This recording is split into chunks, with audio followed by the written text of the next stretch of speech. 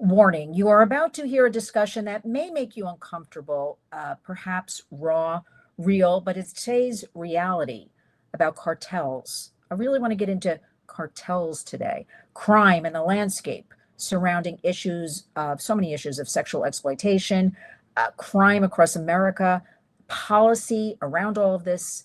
And I want to talk to our very special guest. It's a return, Irv Brandt. But first, before I allow Irv to talk, I could talk to Irv for weeks straight. We have so much to talk about. Let me fill you in about him. He is a retired U.S. Marshal with extensive experience in international fugitive investigations, extraditions, and high stakes manhunts. Jeez. He served as the chief inspector at the U.S. Marshal Service International Investigations Branch and was the agency's liaison to Interpol and the Department of Justice Office of International Affairs. In addition to his law enforcement career, and very impressive, by the way, Irv is the author of the Jack Solo thriller series, which blends, I think it's his real world knowledge of all of this, fugitive tracking and covert operations into fast-paced, high-intensity fiction. His writing captures the grit, tension, and moral complexity of global pursuit and justice, and his books offer a fictionalized but informed look, at least he tells us fictionalized, informed look at international crime, including human trafficking, diplomacy, and manhunters who operate in the shadows. Please follow Irv. He's on Facebook. He's on X. He's on, obviously, he's on Instagram. His book series on Amazon. But don't worry, everybody, because I'll have everything in the body of the video. You don't have to worry about that for now. All of his extensive credits. And I want to say welcome, Irv Brandt, back to the Warriors. Lynn, thank you for having me again. It's always a pleasure to be on with you. Well, Irv, you're my go-to for national security threats, things like that. But first, I want to start, Irv. I'm very serious about we must all thank you for being such a warrior and your service to our great country. I mean, really without peer. I just want to say thank you on behalf of everybody and America for your everything you've done for us. It's really needs to be saluted. And I wanted to ask you a question. I think I'm digressing a little bit, but yesterday was June 6th, D-Day. Yep. Right? And I noticed yesterday, I was busy running around, but I did notice there's not a lot of talk, in my opinion, about it. And D-Day, let's tell everybody, refers to June 6, 1944, the day the Allied forces launched the largest invasion in military history on the beaches of Normandy, France during World War II. And the D simply stands for day. Military planners use the term D-Day to denote the start of any major operation, but this one became the D-Day because of its scale and impact. So when we talk about D-Day, all these years later, we often hear sacrifice, we hear strategy. Irv, I don't think Americans today in 2025 understand the true significance and cost of that day. Do you want to weigh in at all about this? Because I was thinking about this last night.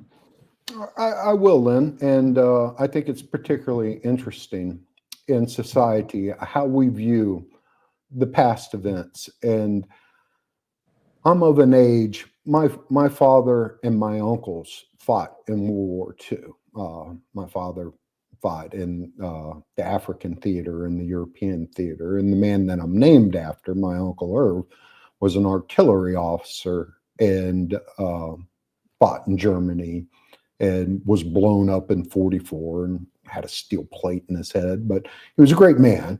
But I mean, all of the people that I grew up with, the people that I admired, were there. My Uncle Lloyd was at Normandy. He was in Patton's army. He was at the Battle of the Bulge. I mean, followed it all the way through. And I grew up talking to that man.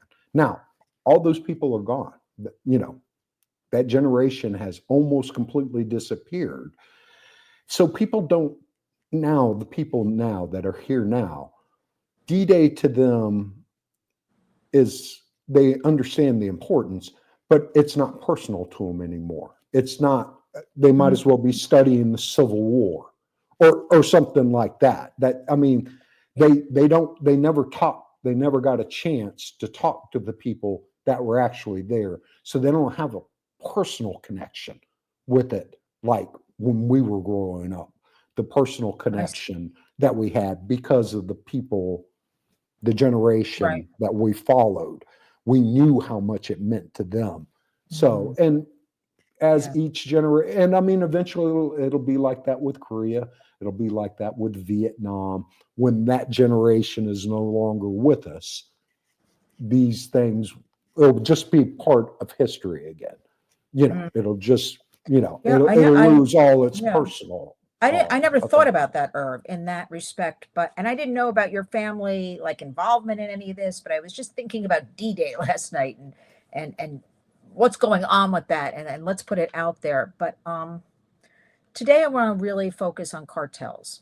And we've spoken about cartels before. I really want the American public, I want our warriors to understand we still need to talk about cartels, in my opinion. I want to know what's going on with them. I'm not hearing a lot of talk today about cartels. So let's start with the basics, Irv. What exactly is a cartel? And how do they operate differently from just a regular criminal gang? Well, the cartels are highly organized. You can think of a criminal gang, but you have to think of it in a larger sense. Mhm. That this is a very broad organization, and you're talking about a like when you talk about a company, like if you relate it to business, you talk about a company that's successful, then you talk about billion-dollar industries, Yeah. international companies. That's what a cartel is. Their reach is long, their resources are vast. And Lynn, we've talked about it before. Mhm. These are some of the most dangerous people that Yes. walk the face of this planet. They are. But it's hard to put a face to them. It's not like long ago where you could just put up a picture of Pablo Escobar and Mhm. he was the face of these people. They're so vast, and there's so many of them. You can't put a single face on it, Do it. and it Yeah. gets kind of diluted when you talk about it. It does. Yeah. And also, I know with the work we do at the Warriors, the tentacles are really reaching into all 50 states. This is why I want to talk about it, to make people aware. I don't want to sweep it under the rug, working in our middle and high schools to get our kids to deal their drugs or to traffic peers. But my question to you is, how do you think they've evolved, these cartels, in the last decade or so? Because I remember when I first was, I know a lot now, but it was always cartels and drugs. Like that was just it, Mhm. cartels and drugs. But Sure. now I feel like they have this full-blown national empire, criminal empire going on, that they've just exploded on the scene. If they were dealing like how did this happen in the last, well, you tell me, you tell me what you think about in the last decade what's going on. Well, if you take it, like I said before, and relate it to any business, take the criminal Mhm. part out of it and how businesses evolve, and how corporations get big. And it's all about acquisitions. If we're General Electric and we bought Mhm. a defense contract, and if we bought Lockheed Martin or something like that, and we make fighter jets now, or we're into aerospace and things like that, and they become these big conglomerates, Mhm. and where they have their fingers in everything. Same way with these cartels. They may have started out dealing drugs, and that was all. But anywhere that there's money in the criminal world, they want a piece of it. And if that means prostitution, if that means extortion, if that means murder for hire, if that means slave labor, they want in. If identity theft, cyber crimes, anything that they can Yeah. make money at, they want in. So let me take it a little further. Let's explain to our warriors what kind of threat. Let's break it down, or do cartels pose to the United States right now? Not just all the border talk we've had, in the last year or so about all of that. Break it down with the real threat to America right now. The threat is an erosion of our society as a whole.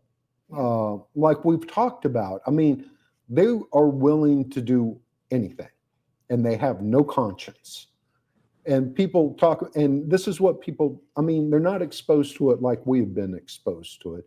And they just don't understand how they think, what their thinking is. If they're moving people for any reason at all, and they'll use everyone, old people, young people, male, female, and it doesn't matter the race or the nationality.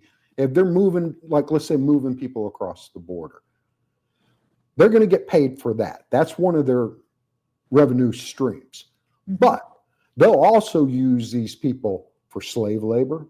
If you got men, strong men, working age men, they're going to sell them to a labor force, and they're going to make money off that. If you have young, pretty girls, well, I mean, it's pretty obvious what they're going to do with that. And it doesn't have to be, well, what about the old people? Well, they can clean houses, can't they? They can work. We can make money off of them. They will make money off of every single aspect. Now, here's where it gets ultra violent that people just want to reject out of mind. They treat these people just like a rancher would treat their cattle. That's how they feel about them. Human life means nothing to them. If they're bringing people across the desert and they think, the army or the border patrol or whoever is closing in on them, they'll leave those people in the desert to die. Right. If they're on a ship and the Coast Guard is bearing down on them or something like that, they'll throw those people over the side. They have absolutely no value of the only value to human life is a monetary value. They would hate to lose their cargo the same way as they'd hate to lose a cargo of cocaine. But they would throw those people over the side just as fast as they would throw that cocaine over the side. They're not going to, and you say, well, without regret or remorse? Well, the only regret or remorse is the money that they lose, not that the people died. So that's why I say they're the most dangerous people on the face of this planet. So shocking. They're so desensitized, human lives, kids, all people. But, somebody was telling me that the cartels, they're calling now human trafficking their new gold. I don't know if you heard that, but that's what they told me. So the pipeline, I guess you just explained the pipeline to us. They can put the old people to work cleaning houses. They can take the pretty young girls and boys, because boys now, fastest growing demo in all of this sex trafficking, Irv, making 3 times, I heard, the amount of money girls. So we've got that going on. So you laid out, they just put everybody to work. Everybody has a dollar sign attached to them. And if you can't do it, you can't work, they throw you overboard. That's pretty much the pipeline. That's what we have to say about that. Okay, so we know they've exploited all these immigration loopholes that we've had going on in the last couple of years. And that seems to be, I don't know, New York's pretty cleaned up, Irv. I don't know where all the people went, but I'm not seeing them right now. But do you think they're still involved? They have to be. On some absolutely. Level. Those people are somewhere in the interior of the United States, as you pointed out, whether it's labor trafficking, sex trafficking, people cleaning houses. I'm telling you, because there's a family hotel right around the corner. I passed it today. Ghost town. Where are all the people? So I have to say that they're still very much embedded. Would you agree with that here? I agree in the United States. 100%. And they're not going anywhere. You need a constant vigilance. When you think, don't make the mistake of thinking that you won. You say, well, we secured the border. That's great. I'm telling you, that's magnificent. The amount of fentanyl seizures, nearly dropping to zero, people being trafficked, smuggled and things like that have dropped. I mean, like you said, it's a ghost town, there. And that's great, but don't get complacent because they'll find another way. Yeah. They're planning right now. If you close one avenue, they will find another avenue. It's going to happen because there's money to be made there. And whenever you hit the supply like you did, and you just take it all down, well, you just drove up the price because there's a supply shortage. That means the price just went up. So there's money to be made. They'll find a way. They're going to find a way. They'll find a way. I mean, this is exactly why I wanted to speak with you today, Irv. It's like, okay, so there's a ghost town at these hotels in New York City, but they're still here operating their criminal enterprises. So I really wanted to talk about that because I don't see anybody else really talking about it. Let's see. Now we have these cartels labeled as terrorist organizations. What do you think about that? In your view, do you think that helps us, or does it complicate, in your opinion, the dismantling of them? I do not think it harms in any way. I believe anytime that you give law enforcement more tools to work with, it's helpful. If you designate, and rightfully so, because they do bring terror.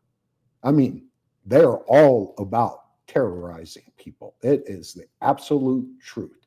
Their drugs, their gun violence, they are terrorists. So if you can give law enforcement additional assets to work with, you know, and equipment and manpower and things like that, and using a different act and saying, well, these are foreign invaders, these are terrorists, so we can use these laws against them. No, it's all upside. I don't see any downside to that at all. Yeah. Well, let me ask you something though. Do you have, in human trafficking, we have laws on the books, sex trafficking, labor trafficking. Sure. A lot of times, Irv, they don't get enforced. Correct. They just don't. Do you think this will be enforced? Yes, I do. I do currently. And Lynn, it's like we've discussed previously in the past, is agendas change over time and move to different areas. And so long as you can keep this focused on this problem, you can battle this problem. But if you think, okay, we've done enough, and you start looking to other things and start moving on to other areas, the problem's going to come right back. I mean, they'll be back. We can beat them, into the ground. But if we turn our backs on it and thinking we won, no. If there's money to be made, these people will come right back. I know it seems like every answer or anything we think about or talk about, it's money, and it really is money. That's the answer. But I do want to get into a little bit digital platforms. What is the role of digital platforms and encrypted apps? Another one, encrypted apps, in helping cartels recruit, communicate, and traffic people? Because I think now it's all online. They're doing. It really is, and it's changed the whole, structure and the view of how we view the world, and it's changed crime also, and it's made it very much more complex than how it used to be. To shut down something like you said, when you were shutting down prostitution, it used to be the brothels and the streetwalkers. We knew where they were. We knew where to find them. We knew who was bringing them in. But now, in the electronic age, with the internet and with apps and things like that, I mean, where do you even start? It's like you advocating taking these sites down. You have to take them down. You have to, because we can't be everywhere at once. No, but Irv, that's what we're dealing with right now with the Warriors. A lot of whack-a-mole. You get one, and then another one pops up. This is the internet, but we're chipping away at it, especially in the age of this AI, this artificial intelligence. That's another program we'll get into. Now, let me ask you something. You're a law enforcement expert, and from your standpoint, what do you think right now are the most effective solutions we're not using? Do you know of anything we're not using to combat cartels? That's a really good question. And, Lynn, I'll tell you, my law enforcement career, that I was a city police officer. I was an Atlanta city police officer. Then I joined the Marshal service. Then that's, over my career. was with the United States Marshal Service at international and working with Interpol and working with DOJ's Office of International Affairs, then at the embassies as a country attaché. And I've worked extensively with State Department and the other federal agencies. And in my books, let's just say I'm less than nice to the FBI over the years with my dealings with the Interesting FBI. sidebar. I don't try to bash anyone, but like I said, I've been less than nice to them with reason, in my opinion. But in today's world, what I'm seeing now that I've never, ever seen before is the cooperation between the federal agencies. When you watch the news and you watch the people, if you look closely enough, and people say this all the time, that especially people who are protesting, they're screaming about ICE, and screaming at ICE. And I've seen it when the cameras go on the person, they smile and they point to their vest and it says FBI. That's not ICE out there in that operation. Or they point to it and it says United States Marshal Service. It's not ICE. These agencies, which I've never got to experience that level of cooperation, what they're doing now, whether it's drug enforcement, whether it's immigration enforcement. I mean, all things that they're working together.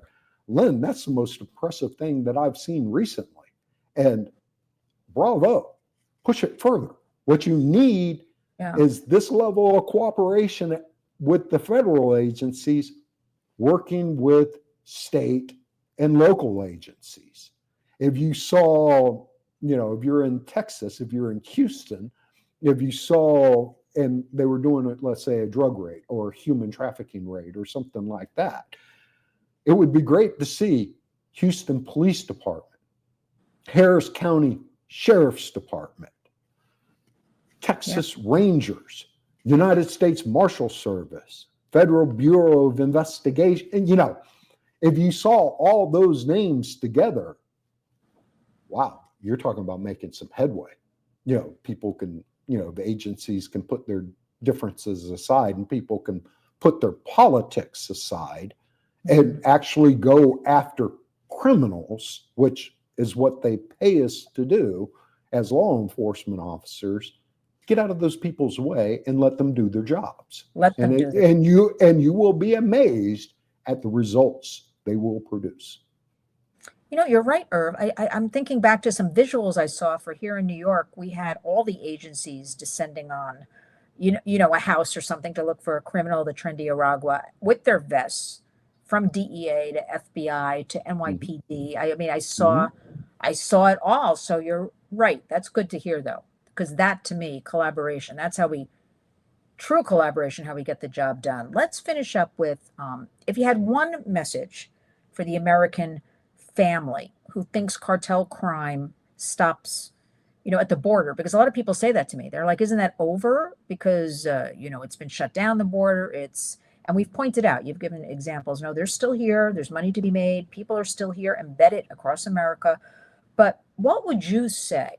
What can I steal from you? Use from you, Irv, to wake these people up that we have to be on top of this. We have to keep talking about it. We have to keep our eyes and ears open. We have to know if we see something to report something. But what do you think? What would your message be? My message is a real simple message. And it's something that I carried myself in my career. Don't let success go to your head. Don't let yourself think I won, because the fight starts again tomorrow. Then once tomorrow comes, it starts again the following day and the next day. You have to keep that attitude. If you want to make change, real change, you have to keep that attitude. You have to keep it in the front of your mind, and you have to support, like you do, and you're always advocating for this. You have to support the people that are protecting the children. You have to support the people that are, that are enacting the laws, to keep people safer. You have to show some support, and for God's sakes, show a little gratitude. Yes. The sacrifice that these people are making, show a little. They don't need it, trust me. 30 years in law enforcement, I've never had a person come up and say thank you, to me. I'm not a fireman. I understand that. They're always the heroes, and we're always the bad guys that show up to ruin everyone's good time. And we get that, and we don't expect that. But if you really want to show some support, show those police officers, show those agents out there that are fighting the war for you, show them, hey, we really do. Maybe sometimes we don't show it, but we really do appreciate your effort. Yeah, I like that, Irv, because when we're in Washington and all around, the buildings in the Capitol, we walk up to every law enforcement we see in Capitol Police, and we thank them for their service. And I noticed the other day, I did it, and there's a lot of law enforcement right around the Capitol, and there were teenagers, like a group of 6 of them, walking behind us, and then we walked by, and then they stopped and thanked them, and I felt like I influenced them. They It's saw contagious. they It's contagious, isn't no, it, Lynn? I thought that was my good deed for the warriors, for the day, that I really think they saw us, because I think people don't maybe know what to do, and we have to keep reminding them, as you did, to thank law enforcement. Thank you for keeping us safe. Thank you for the job, which leads me to Irv Brandt. Thank you, really, for taking the time and joining me on a weekend, for always, giving me real talk, real discussion. I think the cartels we got to stay on top of, keep telling people they're around. They didn't go away. But really, Irv, I can't say enough for your great service to our country. I am going to have everything about your books, the link, right, to Amazon and wherever books are sold for the Jack Solo series. You're frequently on Crime Stories with Nancy Grace. I'm always thrilled when your face pops up when I'm on there also as well. And I'm just completely honored, Irv, that you join us in the Warriors. So promise me we will speak again soon. And just thank you for all you do, Irv. Any time for you, Lynn. You can call me day or night, You're, and you're the best, Irv. I'm always ready to talk with you. You're the best, Irv. And you're also my biggest supporter on Facebook, X, and Instagram. You're always liking what I put. You're encouraging, which makes me feel good. So remember, everybody, thank. Have some gratitude. And with that, Irv, I'll let you go. Thank you very much.